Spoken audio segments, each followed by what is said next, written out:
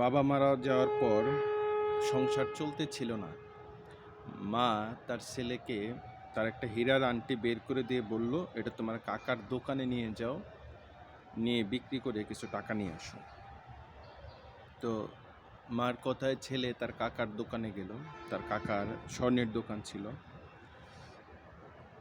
তো যাওয়ার পরে বলল যে কাকা এটা কত দাম হয়? মা বিক্রি করতে বলল, বিক্রি করে টাকা দাও।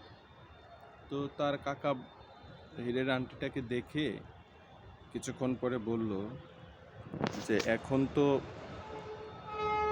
বাজারে এর বেশি ভালো দাম পাওয়া যায় না, হীরের দাম কম, তুমি এটা নিয়ে যাও, দাম বৃদ্ধি পেলে তখন এটা বিক্রি করা যাবে। এই বলে সে ছেলেটাকে কিছু টাকা দিয়ে বাড়িতে পাঠিয়ে দিল আর বলল যে তুমি মাঝে মাঝে দোকানে এসো, কালকে থেকে এসো, দেখো দাম কীরকম যায়, যখন বৃদ্ধি বলবে তখন তুমি এটা বিক্রি করতে পারবে। ছেলে বাড়িতে চলে গেল। তারপরের দিন থেকে ওই দোকানের ছেলে আসতে লাগলো, খোঁজ খবর নিতেছে যে আসলে দাম বাড়ে কিনা।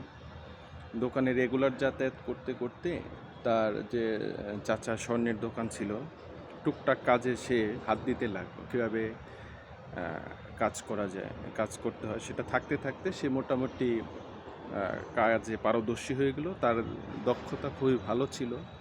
অল্প কিছুদিনের ভিতরে সে কাজে খুবই দক্ষ হয়ে গেল। সবাই তার কাছ থেকে কাজ করাতে লাগলো, সবাই তাকে খুঁজতে লাগলো। তার কাকারও একটা সুনাম হলো যে তার ভাইস্তা খুব ভালো কাজ পারে। এইভাবে সে যখন কাজে পারদর্শী হলো, কোনো একদিন তার কাকা তাকে বলল, তোমার মার হীরের আংটিটা এখন বিক্রি করতে পারো, নিয়ে এসো। এই কথা বলে তার ভাস্তাকে বলল। যে ছেলেটা তার বাড়িতে গিয়ে তার মাকে বলল, মা, হীরের দাম এখন অনেক ভালো, তুমি আংটিটা দাও, বিক্রি করো। তো এই কথা বলে তার মা যখন হীরের আংটিটা দিছে, ছেলেটা যেহেতু এখন পারদর্শী, ছেলেটা নিজেই এখন সব কিছু চেক করতে পারে। সে যেহেতু কাজে পারদর্শী, সে ভাবলো দেখি হীরেটা আসল না নকল। এই কথা বলে সে চেক করলো, দেখে যে হীরেটা নকল। আবার সে যখন দোকানে ফিরে এলো, তার কাকা বলল, তুমি কি আংটিটা নিয়ে আসছো, হীরের আংটিটা নিয়ে আসছো? তখন ভাতিজা বলল যে না কাকা, কারণ হীরের আংটিটা নকল, আমি এর জন্য নিয়ে আসি না, চেক করে দেখেছি নকল। তখন তার কাকা বলল, হ্যাঁ, এই কথাটা তুমি যেদিন আমার কাছে প্রথম নিয়ে এসেছিলে, আমি যদি তোমাকে এই কথাটা বলতাম, তাহলে তুমি হয়তো ভাবতে যে আমাদের এই সংসারের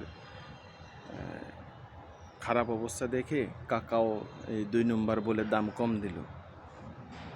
সো এখন তুমি বুঝতে পারো, শিখতে পারো, এই জন্যই তোমাকে দিয়ে চেক করানো হলো যে তুমি আসলে এটা পারো কিনা, কি মনে করো।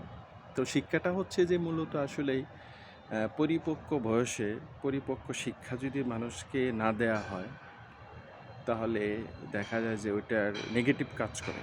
এবং এটা বেশি হয় গ্রামে, এটা বেশি হয়। ইদানিং শহরেও হয় যে অল্প কিছু জেনেই মনে করে যে আমি খুব পারদর্শী হয়ে গেছি। ঠিক আধ্যাত্মিকতাও হচ্ছে এরকম।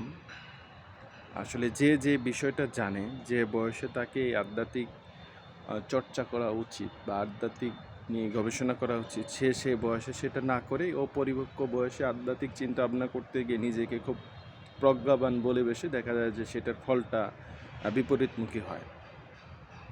এই তো আর কি। ধন্যবাদ।